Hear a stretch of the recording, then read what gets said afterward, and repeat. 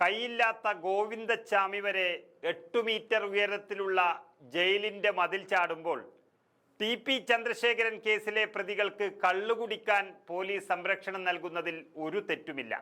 അങ്ങനെ ചെയ്തതിൽ ആഭ്യന്തര വകുപ്പിന് സന്തോഷം മാത്രമേ ഉള്ളൂ. കാരണം പിണറായി വിജയനാണ് ആഭ്യന്തരമന്ത്രി. ചില പ്രത്യേകതരം ആക്ഷൻ കാണിക്കുന്ന ആളായതുകൊണ്ട് എല്ലാത്തിനും ഒരു പ്രത്യേകത ഉണ്ടാകും. പറഞ്ഞു വരുന്നത്, ടി.പി. ചന്ദ്രശേഖരൻ വധക്കേസ് പ്രതികളായ കൊടിസുനി, മുഹമ്മദ് ഷാഫി, ഷിനോജ് എന്നിവർ പോലീസിന്റെ സാന്നിധ്യത്തിൽ, പോലീസിന്റെ സംരക്ഷണത്തിൽ ഹോട്ടലിൽ കൊണ്ടുപോയി മദ്യസൽക്കാരം നടത്തിയിരിക്കുന്നു. കൊടും ക്രിമിനലുകളായ ഈ പ്രതികളെ ജൂൺ 17-ാം തീയതി കണ്ണൂർ സെൻട്രൽ ജയിലിൽ നിന്ന് തലശ്ശേരി കോടതിയിൽ ഹാജരാക്കാൻ കൊണ്ടുപോയപ്പോഴാണ് മദ്യസൽക്കാരം നടത്തിയത്.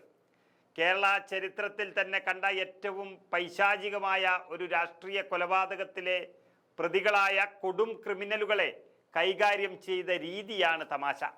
അതായത് ഉച്ചഭക്ഷണം കഴിക്കാൻ പ്രതികളുമായി പരസ്യമായി കോടതിക്ക് സമീപത്തെ ഹോട്ടലിലാണ് പോലീസ് കയറിയത്. ഇതോടെ സംഭവം അറിഞ്ഞ് പ്രതികളുടെ ഇതേ തരത്തിലുള്ള സുഹൃത്തുക്കളെല്ലാം ഇവിടെ ഓടിയെത്തുകയും അവർ കൊണ്ടുവന്ന മദ്യക്കുപ്പികൾ പൊട്ടിച്ച് പോലീസിന്റെ സാന്നിധ്യത്തിൽ തന്നെ മദ്യപിക്കുകയും ചെയ്തു എന്ന് പറയുമ്പോൾ, ഈ ക്രിമിനലുകൾ ഇനി മറ്റു ചിലതും ആവശ്യപ്പെട്ടാൽ അതിനും ഞങ്ങൾ കാവൽ നിന്നു തരാമെന്ന് പോലീസ് പറയാതെ പറയുകയായിരുന്നു ഇവിടെ ചെയ്തത്. ആരുമറിയാതെ മൂടിവെക്കാനായിരുന്നു ക്രിമിനലുകളുടെ കൽപ്പന.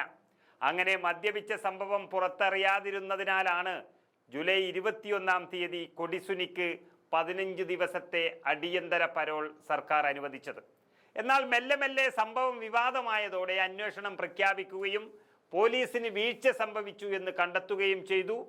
കൊടിസുനിയെ ഇന്നലെ രാത്രി തന്നെ വീണ്ടും കണ്ണൂർ സെൻട്രലിൽ എത്തിക്കുകയും ചെയ്തു. ഇത് വലിയ പ്രശ്നമാകുമെന്ന് ഉറപ്പായതോടെയാണ് മദ്യപിച്ച സംഭവത്തിൽ ജില്ലാ പോലീസ് ആസ്ഥാനത്തെ പാവം 3 പോലീസ് ഉദ്യോഗസ്ഥരെ ഇന്നലെ സസ്പെൻഡ് ചെയ്തത്. ആ 3 പേരെ സസ്പെൻഡ് ചെയ്ത് ഔട്ടാക്കിയതോടുകൂടി കാര്യം കഴിഞ്ഞു.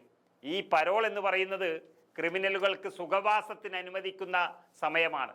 ലോകം മുഴുവൻ കറങ്ങിയ കൊടിസുനിക്ക് പരോൾ സമയത്ത് മീനങ്ങാടി പോലീസ് സ്റ്റേഷനിൽ ഹാജരാകണമെന്നൊരു നിർദ്ദേശമുണ്ടായിരുന്നു. എന്നാൽ അങ്ങോട്ട് മാത്രം കൊടിസുനി പോയില്ല. ആ സ്റ്റേഷനിൽ ഹാജരാകാതെ വിവിധ ജില്ലകളിൽ സഞ്ചരിച്ചതായും ഇതര സംസ്ഥാനങ്ങളിലേക്ക് പോകാൻ വരെ ശ്രമിച്ചതായും സ്പെഷ്യൽ ബ്രാഞ്ച് തന്നെ റിപ്പോർട്ട് ചെയ്യുകയും ചെയ്തു. അതിനും സർക്കാരിന് ഒരു കുഴപ്പവുമില്ല. ചുരുക്കി പറഞ്ഞാൽ, സാധാരണക്കാർക്ക് വഴി നടക്കാൻ പോലും ഭയമാണെങ്കിലും ക്രിമിനലുകൾക്ക് കേരളം സുഖവാസ കേന്ദ്രമാണ്.